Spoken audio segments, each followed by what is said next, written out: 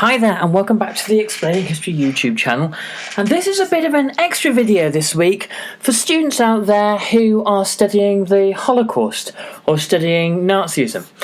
Now, understanding the course of the Holocaust from persecution through to mass killing through to the final solution, that's complicated and convoluted, and there's not a kind of a clear trajectory from one phase of the Nazi policies all the way through to the final solution. It is a very difficult and fraught and complex process to understand. But equally, after 1945, after the liberation of Auschwitz and Belsen and the destruction of the Nazi regime in May 1945, the thing that happens next really is ongoing up until the present day, is a series of interconnected and complex and often feuding and conflicting debates about the Holocaust that comes under a broad kind of umbrella, if you're studying it, of Holocaust controversy. It's a bit of a rubbish term, to be honest with you, because it doesn't give justice to the different discussions and discourses that go on within Holocaust controversy. I think a better way of referring to it is talking about debates within Holocaust memory. Now, historical memory, is a very complex and, again, intriguing concept, an intriguing part of historical debate and discussion. It looks at, obviously, how we memorialise and remember things, how we misremember things, who has the right to dominate the memorialisation of particular things, such as the Holocaust or the First World War. It also focuses on the fact that there are many competing narratives and stories within a particular historical phenomena or process, like the Holocaust. So within the Holocaust, you have obviously the perspective of Jewish people in Europe, but you also have the perspectives of bystanders. You have the perspectives of the perpetrators of the crimes, who have, in many cases, you take the example of Rudolf Höss, for example, the commandant of Auschwitz, been entirely explicit before he was executed about his role in the Holocaust and his view of what he was doing or what he thought he was doing. And it's impossible for us as well, kind of slightly offensive too, to lump all the Jews together, simply because they have the label of victim or survivor. They're in one homogeneous mass. Well, they weren't. There were Jews from all over Europe, and many Jews viewed themselves simply as being Italian or Czech or Greek. That was how they identified themselves. The fact that they practiced the Jewish faith was a secondary issue to the fact that they viewed themselves as being national citizens of these individual states. They spoke different languages. When they were thrown together in camps, they very often couldn't understand one another because they were first language Dutch or Italian, or pick your favourite. Primo Levi in If This Is a Man, he says that the result, one of the many consequences of his incarceration at Auschwitz, is that for thereafter he could only ever be seen as a Jew.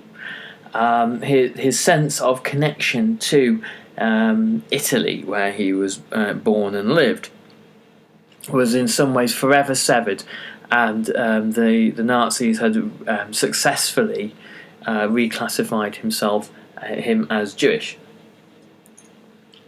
primarily, first and foremost. So this brings us off to another point, on the point about bystanders, is that in terms of the direction and control and meaning of historical memory, and in this case forgetting, the countries that the Jews were deported from and transited through also have an important part to play in the building of Holocaust memory. The Holocaust is, of course, a Nazi crime, but it isn't exclusively a German crime. one easy way to think about occupied Europe is a division into East and West. In the East, the countries that the Nazis essentially disassembled, Poland, Belarus, Ukraine, and the Baltic states, which they no longer have functioning governments when the Nazis conquer them. In those places where there are large concentrations of Jewish populations, the main perpetrators of crimes against the Jews are the neighbours of Jewish people there. The majority of Jews from these countries die outside the walls of Auschwitz. They're murdered in their own communities. The Einsatzgruppen and the SS, particularly in the Baltic states and in Belarus, don't have to do all that much. They can stand back and allow the native peoples and non-Jewish peoples there to do the work for them. In Poland, of course, the Einsatzgruppen are chiefly involved in mass killing squads, and that's actually the place where the practices that emerge into the component parts of the final solution develop first, and then later in Russia, things such as gassing vans and that kind of thing. In Western Europe, it's a much more complicated story. In the Netherlands, Belgium, Vichy France, and the other countries that are the Scandinavian countries that are dominated by the Nazi regime after 1940, structures of government still remain. In some cases, there is direct rule from Berlin, such as the cases of the Netherlands and Denmark. In other cases, such as Vichy France, there is a degree of autonomy and collaboration. And so, because the structures of government remain in place, collaboration in the Holocaust and complicity in the Holocaust has to happen at a slightly higher level. There aren't really any examples in these countries of the kind of the pogroms that you find in the Baltic states. Instead, the organs of the state are used to arrest Jews. Anne Frank, for example, is famously arrested by the Dutch police, and that doesn't mean to say that the population don't have a role to play. In the Netherlands, the Nazis were actually taken aback by the extent to which the general population was willing to comply and participate in Nazi occupation, and also in the denunciation of Jews and any other undesirables as viewed by the Nazi regime. The Nazis were explicit in their propaganda by saying, that they were going to be well-behaved guests in the Netherlands, that they were not going to, pillage and plunder. They only caused a famine at the end of the war, so no biggie. So there is complicity at a number of different levels when we look at the example of the Netherlands.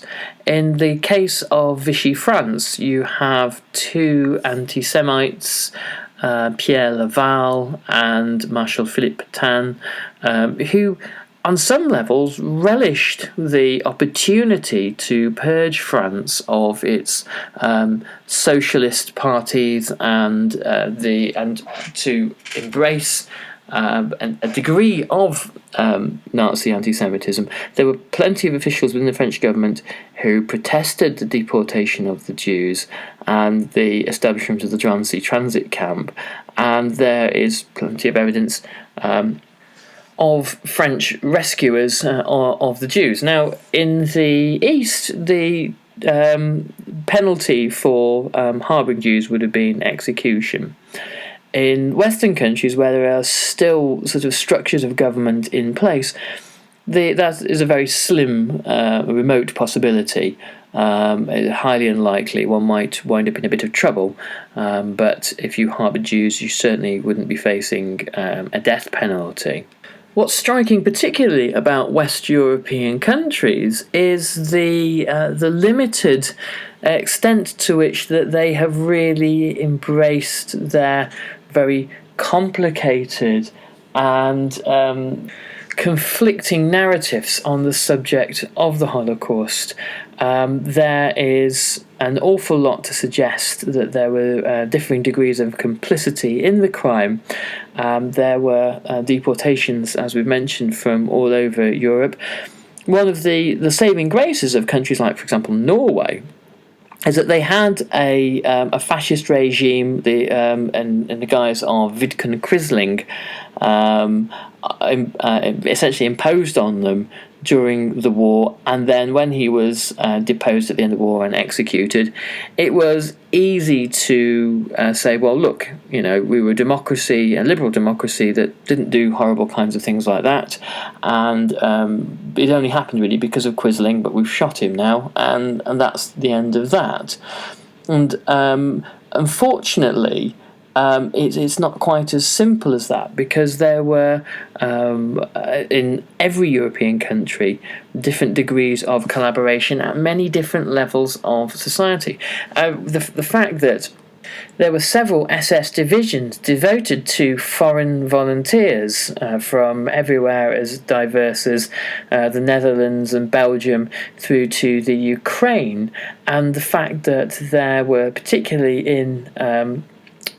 from Eastern Europe, Ukrainian and Belarusian guards at Auschwitz-Birkenau would tend to suggest that there was far less reluctance to become involved in the business of the Holocaust than one might think. So this is not Holocaust denial, by the way. Holocaust denial is something slightly different, and we're going to come on to that. But this is to do with really the suppression of memory. It is a refusal to have the conversation in the first place, which is slightly different from manufacturing evidence to suggest that the Holocaust didn't happen, which is a whole other debate, which I said we'll come on to. The consequences of this Holocaust suppression could be seen most clearly in Germany.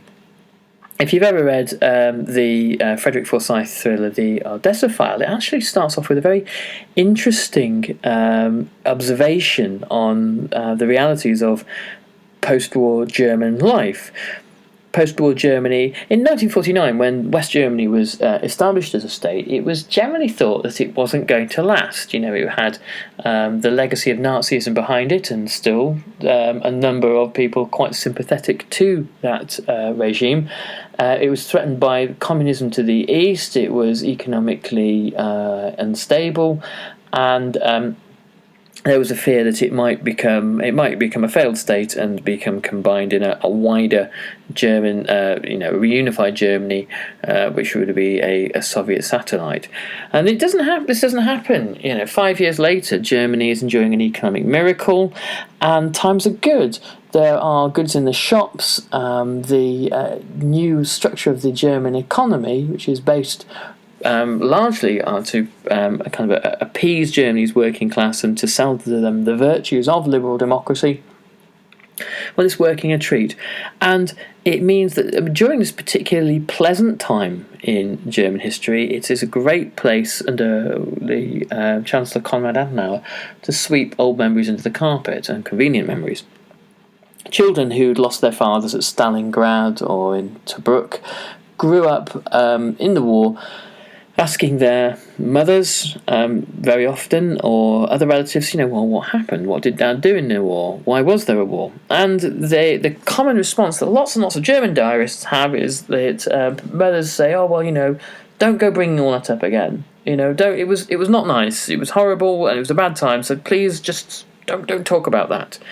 And one of the things that they don't want to discuss is obviously the Holocaust, and occasionally questions would come up, what happened to the Jewish family on our street, in which there would be a blanket of silence. We don't know, and I didn't know about that kind of thing, and we weren't involved in that, and please don't talk about it.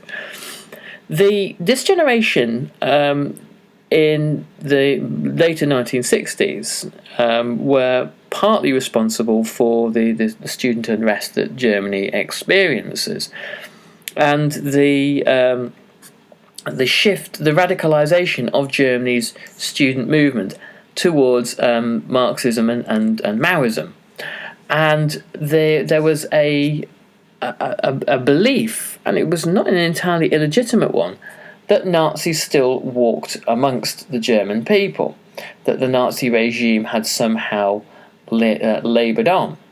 Obviously, West Germany was not a Nazi regime, but there were high-ranking Nazis still in positions of authority across West Germany, in the government, in the defence forces, in banking and industry and the media.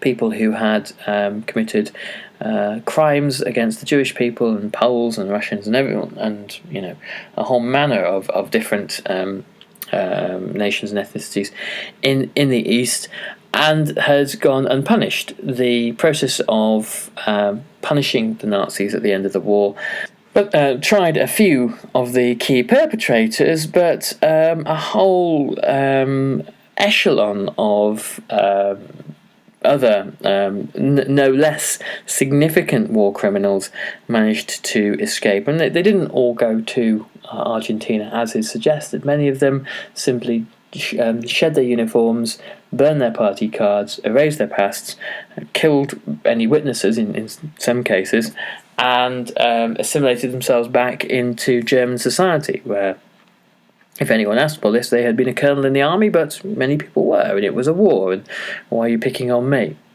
This, combined with America's involvement in the Vietnam War, which West Germany supported and allowed West German air bases to be used, enabled the youth movement to accuse the government of being a kind of a secret fascist state, and that the new fascism in the world was led by the United States, and that German youth must kind of resist this. And unfortunately, a lot of this rhetoric, which was obviously quite kind of hyperbolic and exaggerated, was wrapped up in a sense of kind of German national pride in a way. Germany was now no longer a great power. It was a divided country that was part of NATO and was really orbiting around the United States, and would always kind of maintain that role. And there was a sense that Germany had lost its kind of national identity, and had been and now assimilated into being a kind of a stooge of America. So it was more that was kind of mixed in as well. But part of this radicalism, which morphs into a long decade of terrorism in the 1970s with the Red Army faction, also known as the Baader-Meinhof gang, part of that was motivated by the refusal of German society at large to have a national narrative, a conversation about the legacy of the past. In Britain as well, the discussion of the Holocaust was not really a mainstream topic, perhaps even until the 1980s. The discussion of the Holocaust in Britain was ignored largely because the British wanted to have a different narrative of the war, their own story of the war that made a kind of a coherent sense. The British had gone to war in 1939 to defend Poland, had not managed to secure Poland's liberty, had lost their empire, had wound up in debt to America, and had lost their world role, their world preeminence. And the war, for many people, if they were kind of willing to admit it, had been a kind of a fairly fruitless affair. It had been not one of their more successful endeavours.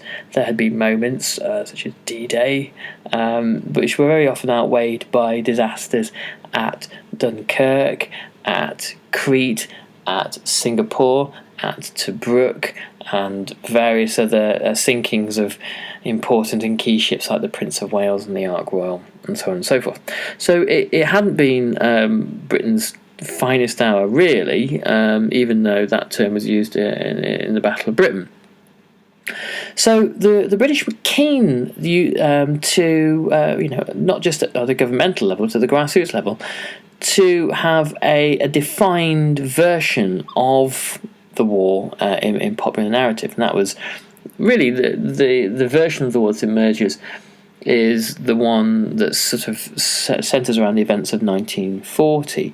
So Dunkirk, the Blitz, and the Battle of Britain. Plucky Cockneys sticking two fingers up to Hitler and battling on, and with the determination and the spirit that spirit of the Blitz and all that kind of thing, which is, by the way, largely mythologized. There was the spirit of the Blitz is. If you read Patrick Calder's work, is a bit of a fantasy, really. People were there was no sense that society became more cohesive during the war, particularly. When the Holocaust is mentioned, people didn't really associate with the idea of Auschwitz. The British liberated Belsen, and that was the camp that was seared into the public imagination.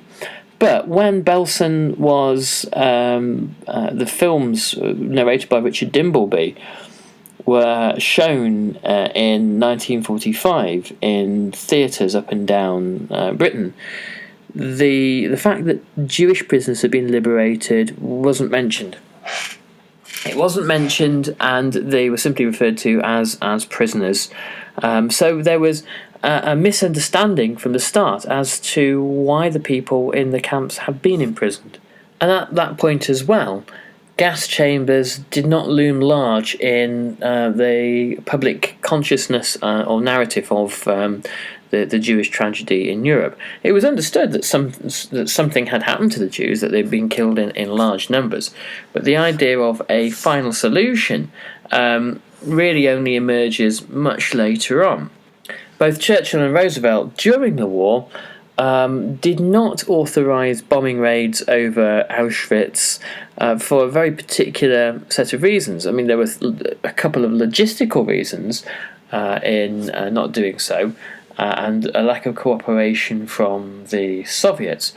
But one of the main reasons is that launching combat missions to free the Jews would have pandered to anti-Semites in both Britain and the USA, who were muttering that this war was being fought on behalf of the Jews and it had been started by them as well. And at the delicate moments in the war, such as 1943, when things are starting to go in the Allies' way, it was important not to allow these kinds of troublesome conspiracy theories to circulate. So Britain and America both have their own issues with anti-Semitism, and the fact that Britain and the United States are the two democratic victors of the Second World War often helped to put both countries beyond moral reproach. It is what the journalist John Pilger called the Second World War a cleansing moral bath for Britain and America, that identify themselves as being morally untainted by the ugly business of warfare. If you ignore the dropping of the atomic bomb, the firebombing of Germany, and the Bengal famine, that is in large part Britain's responsibility, then yes, perhaps you can make that claim. But it also made the British and the Americans able to avoid examining their own relationship with bigotry and racism in their own societies, particularly America and their treatment of black servicemen and their black and Native American populations and the Japanese they interned, and all these kinds of complex things. These debates can be swept away because the ultimate evil they can be compared to favourably. In America, again, there is an interesting journey from indifference to obsession with the Holocaust. The end of the war in May 1945 in Europe was not the end of the war, obviously, for America in the Pacific, and there were a great many Americans that believed that their war was the Pacific War, that Europe was something of a sideshow. The main Jewish organisations in the USA, such as the American Jewish Committee, were well aware of the Holocaust, and they were more worried about the possibility of a rise of anti-Semitism in America during the war. They feared the possibility that an American anti-Semite might be able to take charge and make some kind of accommodation with Hitler, and this fear is actually played out in a very interesting counterfactual novel, The Plot Against America by Philip Roth, if you ever want to read that. And so they didn't make much of a statement about the Holocaust, and in fact worked in some instances to quell anti-Semitism in America by discouraging immigration to the United States by Jews from Europe desperate to get out. And after the war, again, there is, particularly with regards to the establishment of the State of Israel, there was little said by the American Jewish Committee and other leading American Jews on the subject of the State of Israel, because it was undecided before 1949, really, whether or not Israel would fall into the Western sphere of influence. Israel was something of an unknown quantity, and the fear that the leading American Jews had was that if it became a client state of Israel, and they had as a client state of the Soviet Union, and that they had been cheerleading for it, then there might be demand in America for deportations of Jews, either to Israel or to somewhere else. And the fear that, whether this would have happened or not is debatable, but certainly the fears were real enough. The fear that existed was that communism, Bolshevism, and Judaism had been, fraudulently associated with one another, but successfully in Europe, and this might well happen in America if the Jews were seen to speak out for Israel. And there were still Jews who were undecided about whether or not Israel was a good thing. This goes into very complicated debates within Zionism, which I don't want to do right now. But the other issue that was obviously suppressed and was pushed, out of public discourse was the Holocaust itself in America.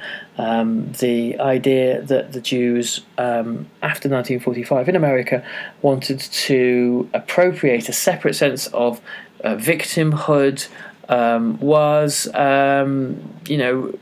that this was something that was seen as very risky. They didn't want to appear to do it. Every nation in Europe, or every combatant nation really in the war, attempted to kind of define its own narrative of victimhood.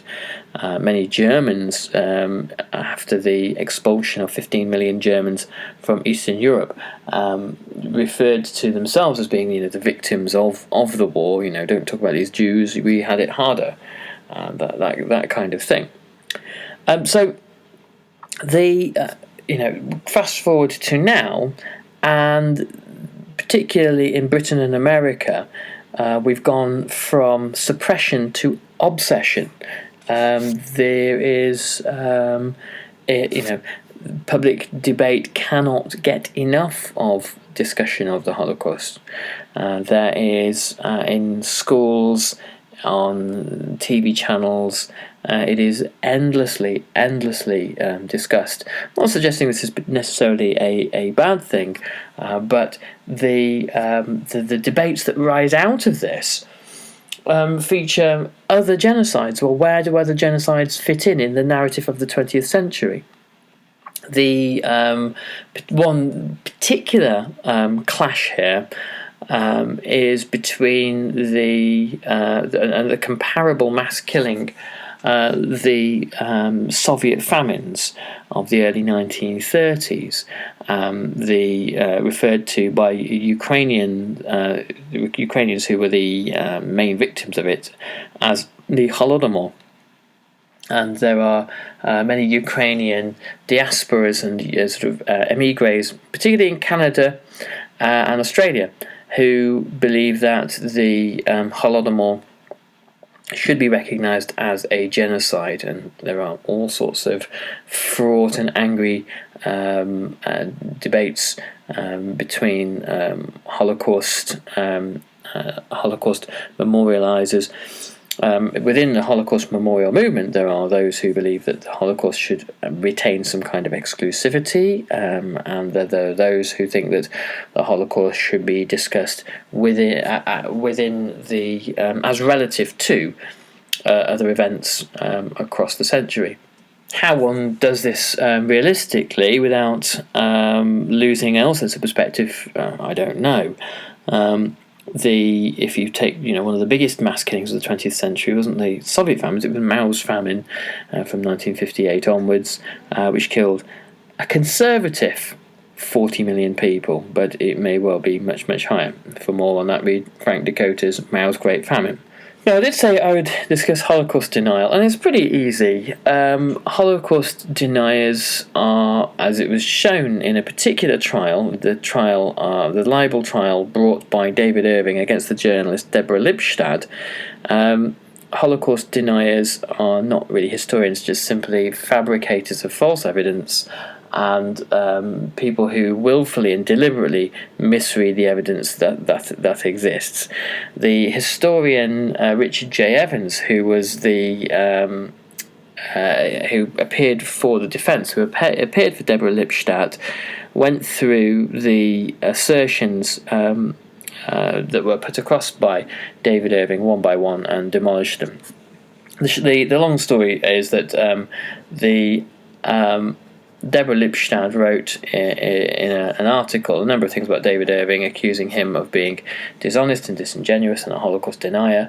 And David Irving, the supposed historian, but really just kind of fascist, turned around, had written a number of books saying that Hitler had no involvement in the fate of the Jews, and there wasn't really a Holocaust anyway, and the gas chambers were a fabrication. And these are the kind of the arguments of cranks and conspiracy theorists and anti-Semites the world over, and they're not really really worth considering. I mean, we wouldn't sit here and talk about how the UN has black stealth helicopters and they are planning to take over Kansas and Missouri and impose Obama's sort of socialist death panels of all this gibberish. We wouldn't sit here and talk about how vaccines are there to create autism, which they're clearly not. So I don't see any point in giving any credence to any of these ridiculous and really offensive ideas. The thing I find surprising in a way is that schools waste any time talking about them at all. They're just wrong. I mean, in science class you don't talk about the flat Earth theories, do you? Oh, I don't know. Maybe in some places they do. Anyway. So if you do have a question on Holocaust denial, look up a book by Richard J. Evans called Telling Lies About Hitler, which is the account of the trial, and it's a wider discussion of the kind of the lunatic fringe and why they are talking nonsense. Anyway, I've gone on for long enough now, so I'm going to stop here. What I've given you, by the way, is just a flavour of some of the debates available. This is not a comprehensive account at all. I haven't talked about Adolf Eichmann. I haven't talked about Claude Lanzmann and the film Shoah, the TV series Shoah. There's a whole bunch of stuff I haven't talked about because I just haven't got the time. But I will. And if you want to know anything, email me at info@explaininghistory.com. You can get me on my website, explaininghistory.com. You can get me on my podcast, which is now close to its 90,000th subscriber, which is explaininghistory.podhoster.com. You can get me in all these ways, and I'll be happy to help. Anyway, I hope this is useful. Take it easy. Bye-bye.